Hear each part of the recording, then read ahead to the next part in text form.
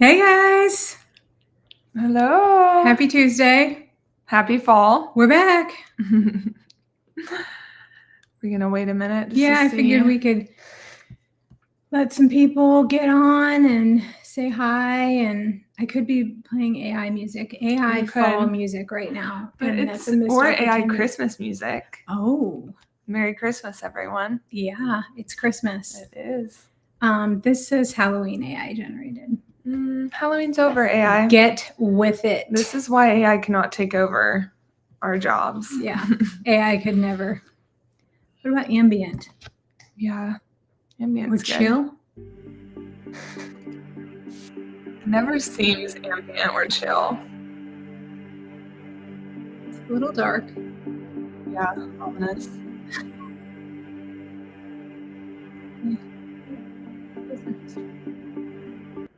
I do need some AI Christmas music. Like AI house music, not really like. Yeah, I don't know.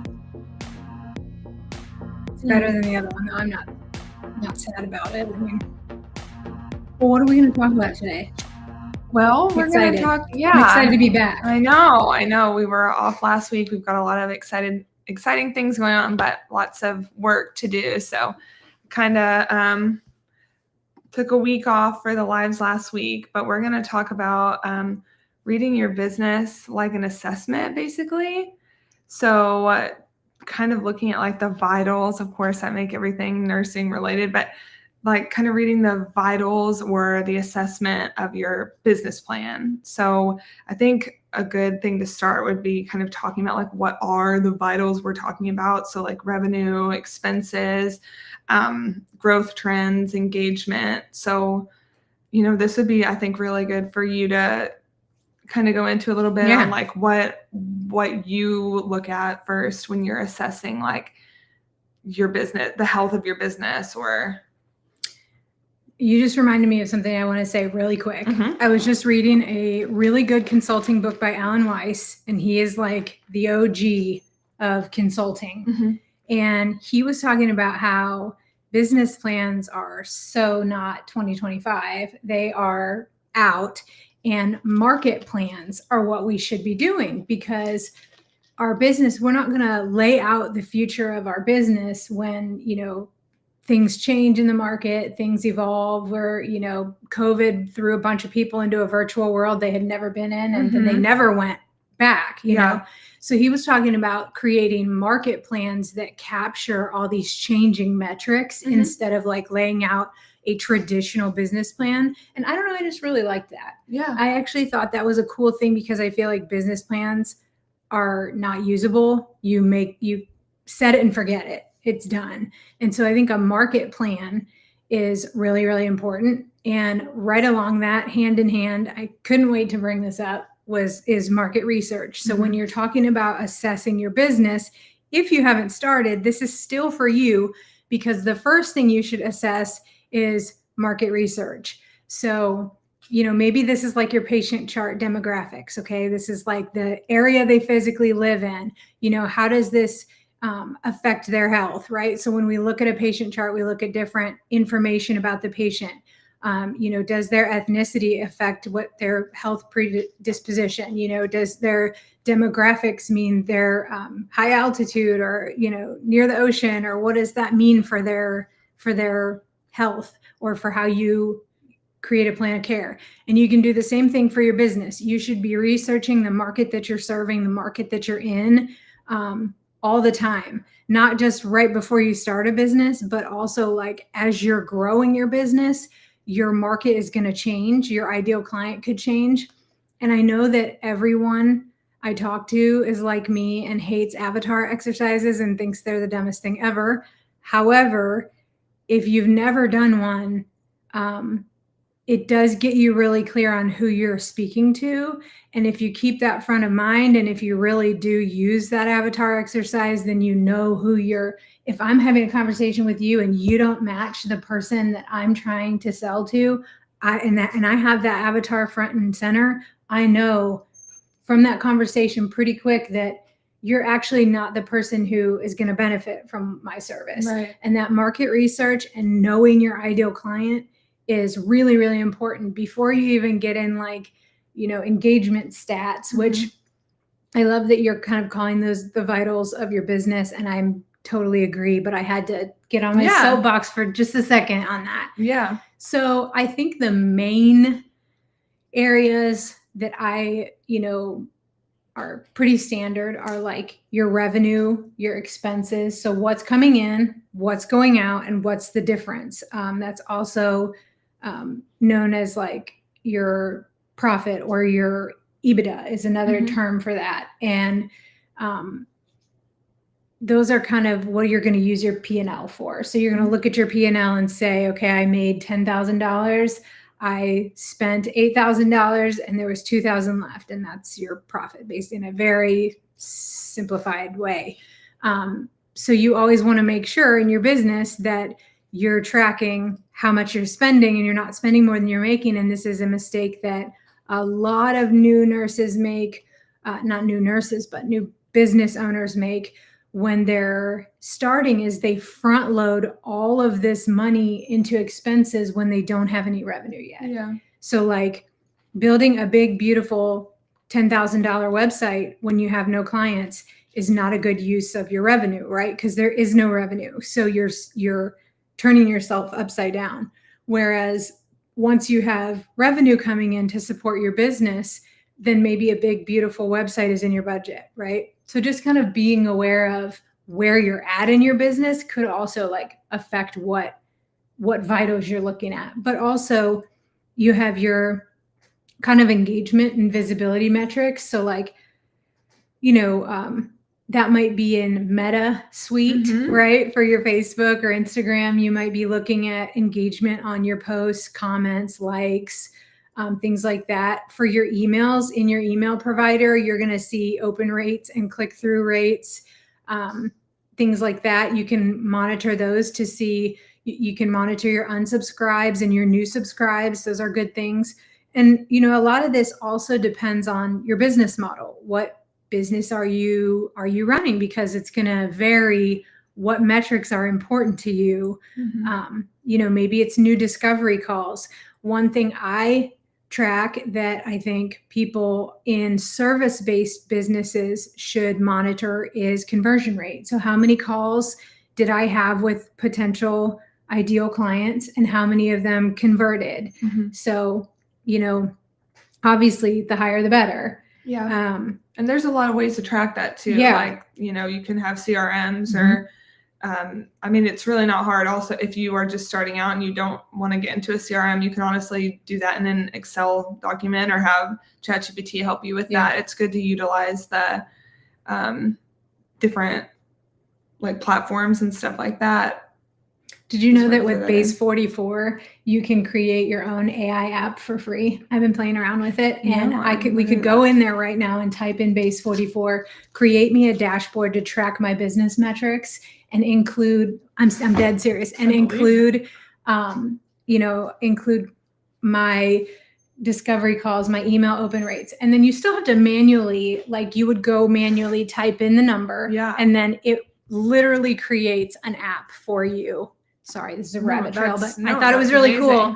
It creates an app for you, like a whole dashboard, and you can even share that app with other people. It's really cool. Just AI, it's amazing. Yeah, and AI can make it, like, I'm a very visual person, so you could tell me all the conversion rates and all this and that, but I need to like see it in a chart or in something, numbers, percentages, something like that. So you can really utilize and like leverage AI to make it so it really clicks for you and like paints a very clean picture of how your business is doing. I actually think that's really important. And I think even if you aren't a very visual person, which I am as well, I think if you've ever worked in corporate and you did WIGs, wildly important goals, and you did a scorecard with that, like that was something when I was area vice president, we had wildly important goals. And it was, gosh, I can't remember the title of the book. It's like 40X or something like that. And, but I'll figure it out. I know. It'll come to me. Yeah. But also 12-week year is kind of similar goal setting, but you really do need Is to it have the highly effective people, 7 whatever of highly effective people, No, or it's 4 like- disciplines yes. of highly effective people? it's like 4DX something. Yeah, because I remember reading that and Yeah. thinking like wigs. Yeah. Yeah, and it always makes me laugh. But seriously, if you make, tracking these vitals and tracking these metrics, if you don't have a goal to improve them or to reach, then it's kind of pointless because you're just there they are. Oh, I'm at 7 today. Yeah. Check. I checked. Right. So even with vitals, we want their blood pressure and their pulse and their oxygen to be in a certain healthy range. Yeah. And if they're ill or they're acutely ill, we want to get that into a stable range so they don't crash. Right. Yeah. So there's a purpose behind collecting all these numbers other than just, gosh, I only had 2 comments on that post. I suck. Right. Yeah, I mean, the purpose is to use and leverage these numbers for something. So if you're not using the number to tell you something about the health of your business, it's probably not one that you need to track. Right. And like in a nursing environment, like where you're doing patient care, you're always going to assess first before you like do the care plan or before you, and if you just went into it like, okay, this is how I'm going to care for this patient without knowing anything about the patient, without reading their chart, reading their history, then you could be treating the completely wrong thing. You might be like, well, I need more engagement, but really you need better conversion rates or whatever. So, and even if you're well established in business and you're like, yeah, I made my business plan 3 years ago and never touched it again, you probably need to go back and revamp that business care plan and make a market plan, a new updated plan that really reflects like, what are my goals now? Because it's totally different. If you're establishing a business and you're wanting to start, right, you're looking at different things than someone who's been in business, who's looking at growth metrics, right? So your startup metrics and your growth metrics are probably not the same, and your goals definitely aren't the same.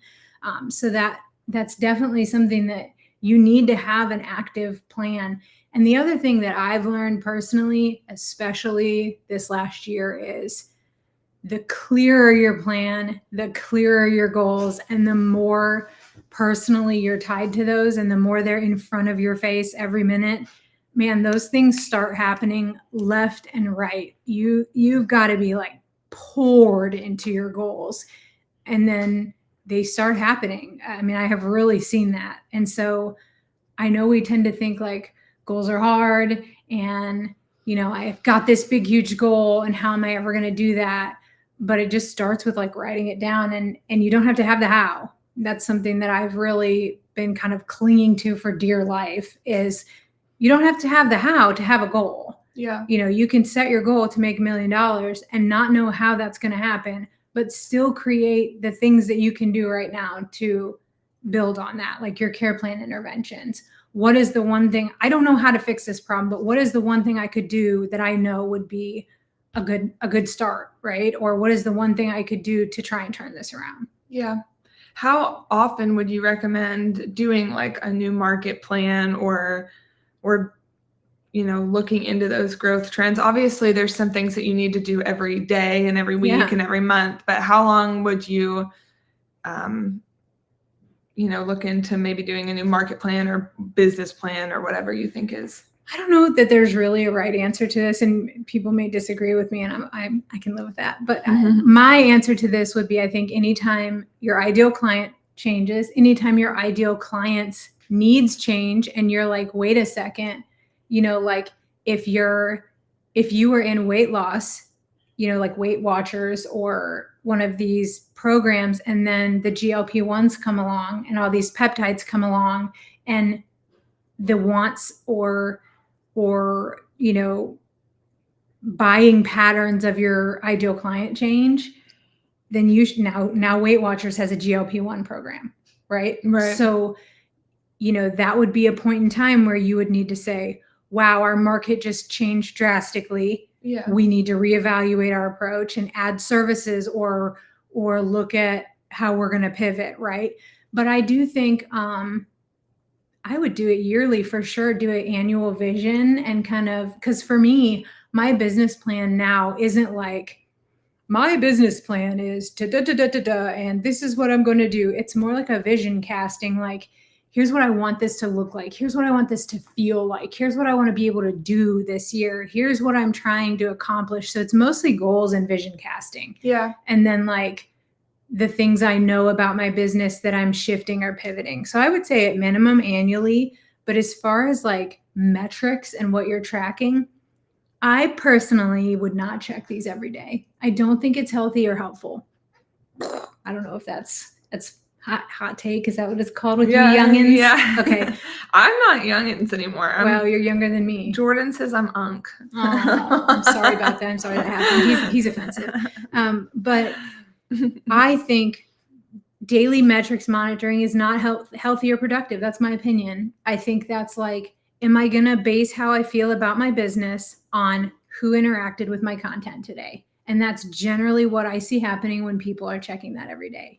Now, I do think there's some excitement in daily revenue. And I do get excited and celebrate. Like, I'm like, oh my gosh, I had a $30,000 day. That's huge. I'm going to celebrate that. Yeah. But I don't think checking every day to be like, did anything come in? I don't think that's good for you. Yeah. So I would say I really like the way I'm doing it right now, which is that I have a weekly CEO day on Monday, and I look at clients, I look at revenue, I look at leads, I look at memberships, I look at the metrics that I'm tracking that are high impact, right? Yeah. So I don't look at open rates of emails weekly. I don't look at social media engagement weekly.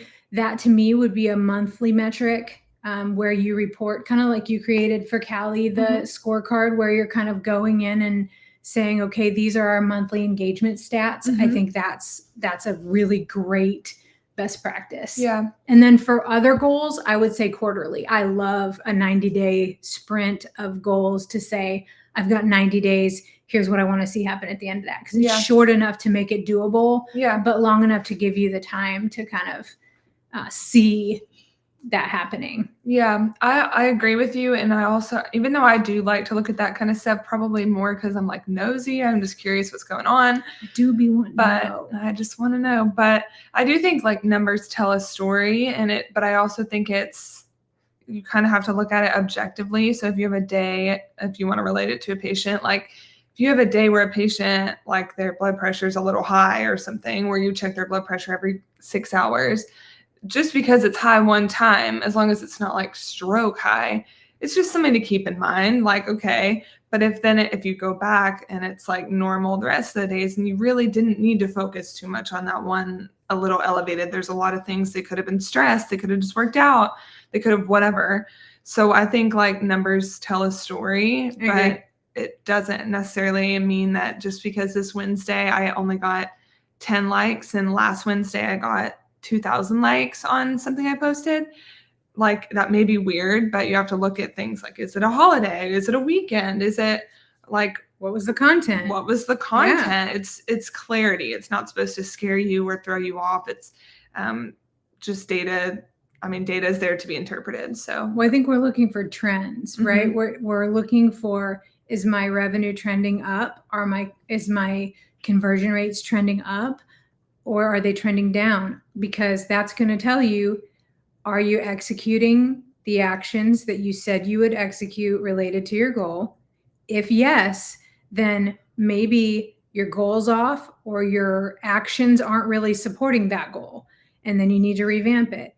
And if no, then you shouldn't expect to see those numbers change because you aren't doing the work to support that goal. It's great to have your goal and meditate on it and envision it and have it visible. I actually don't think there's anything wrong with that. Even if you're not going to do anything about it, you're just going to stare at it and be like, I want to have $1 million business. I think that's a good start. Okay. But you have to make some forward movement and execute some kind of action towards your goal to expect to see those numbers improve. And so I do think, that's really key in using those metrics as a reflection of, is my plan towards my goal effective or not? And then pivoting, right? If it's not, if you're doing all the things, you're showing up for yourself, you're executing on everything you have in place, there's something off. You need to reevaluate. Maybe you need to do your avatar exercise again. And God help us, it's the worst. But maybe you don't understand the needs of your ideal client. Maybe you need to go back to market research. Maybe you need to do some interviews and figure out, where is my messaging at that it's not resonating with my ideal client because I'm not converting. So if you're hopping on call after call after call, or you're Facebook Messenger after Facebook Messenger after Facebook Messenger, or if you're having 1,000 people land on your page and 0 of them click the button, something is wrong. That's a trend that tells you you're crashing. Your patient is crashing, right? So you can use those data isn't like telling you you shouldn't be in business. This isn't going to work. Right. And that's why I recommend. If a patient has high blood sugar, it doesn't mean they should just die. Right. Or high blood pressure or. Nope, nothing we can do for you. Sorry. It just means something needs to be addressed. Right. Exactly. And so we can use these trends to tell us whether all the pieces are aligned and moving us forward in our business. Yeah. I think that's super valuable. I think that's important. It's easy to get discouraged when you look at individual vitals or data, but I know we want to keep this kind of short today, so I just want to ask you one final question. Sure. If you noticed that something was really abnormal in your business, and you've already we've talked about the market plan and stuff, what would be your first thing you would do? This is just advice. If someone is really struggling and they feel like they're crashing in their business, what would your first step be, or your advice to them? This is a great question, and I have a lot of thoughts about this. I have to go back to a book I just read. Sorry, I love books, but it's Who Not How. And they're talking about, when you have a problem, the solution is usually not figuring out how to fix it in business if you don't have that skill. So if you look at your metrics and something is very wrong, your revenue has tanked, your social media is getting no visibility, your, like I said, your conversion rates are less than 50%, very low, 30%. And you're like, I have done all the things on my plan. I have put interventions in place, and I don't know what to do now. What should I do, Nina? Who Not How is the answer to that.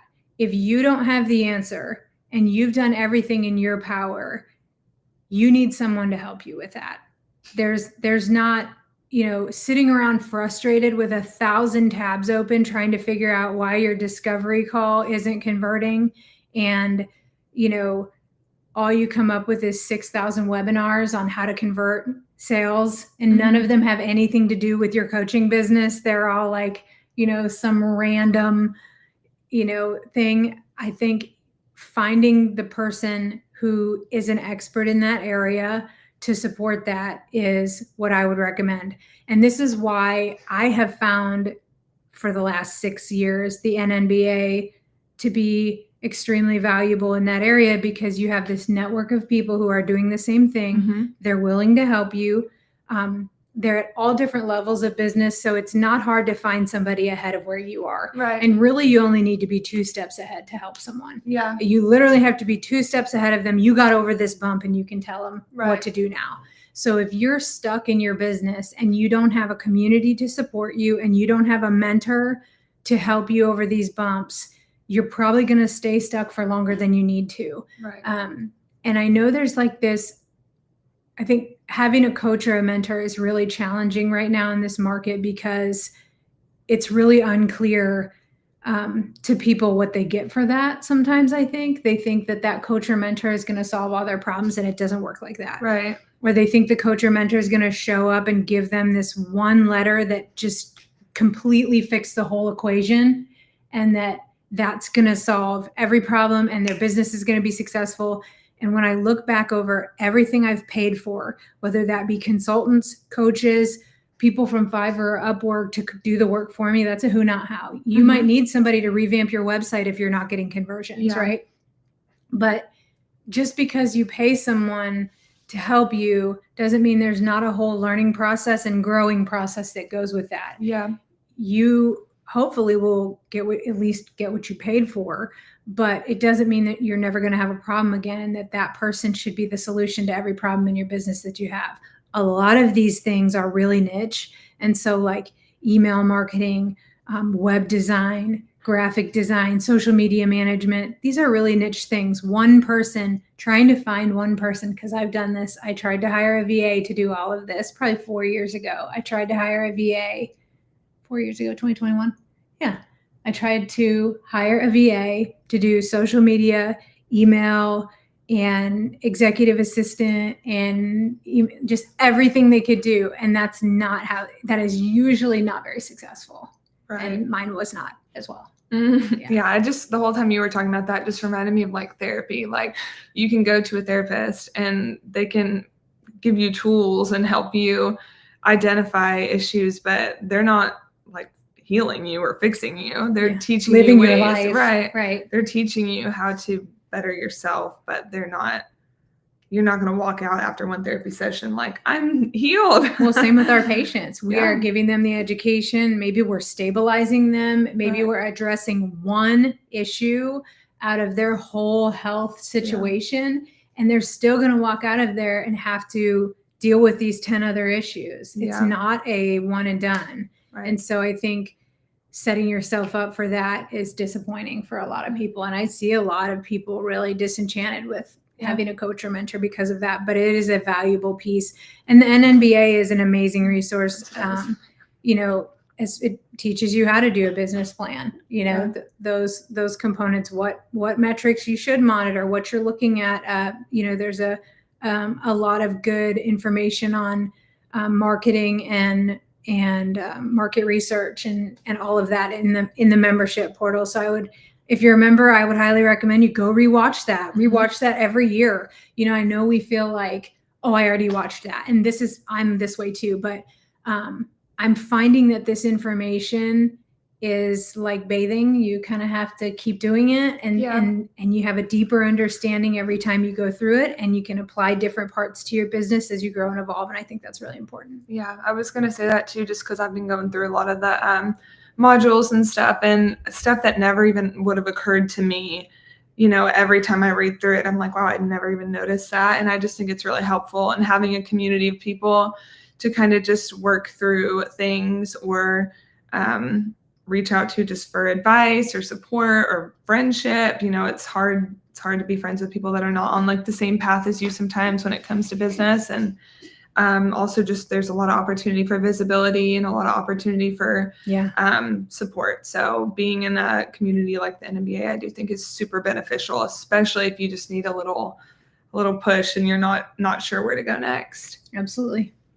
Well, thank you so much for joining me. Yeah. And I hope this was helpful for you guys. And if you have any questions, you can always email me or Nina, or, check out what we've got going on our events calendar and be a part of it. And I would love to know if you're on here watching this and you have certain metrics that you track that we didn't talk about, or the number one metric that you found the most helpful, drop it in the comments. I know it's helpful for us to hear other people's perspectives, and I know it's helpful for other nurses to know what other people are doing, and gives ideas and really just kind of helping everybody see what they're doing is great. So we'd love to hear. Yeah. All right. Thanks for being a part of this. Bye, guys. Thanks for coming. watching.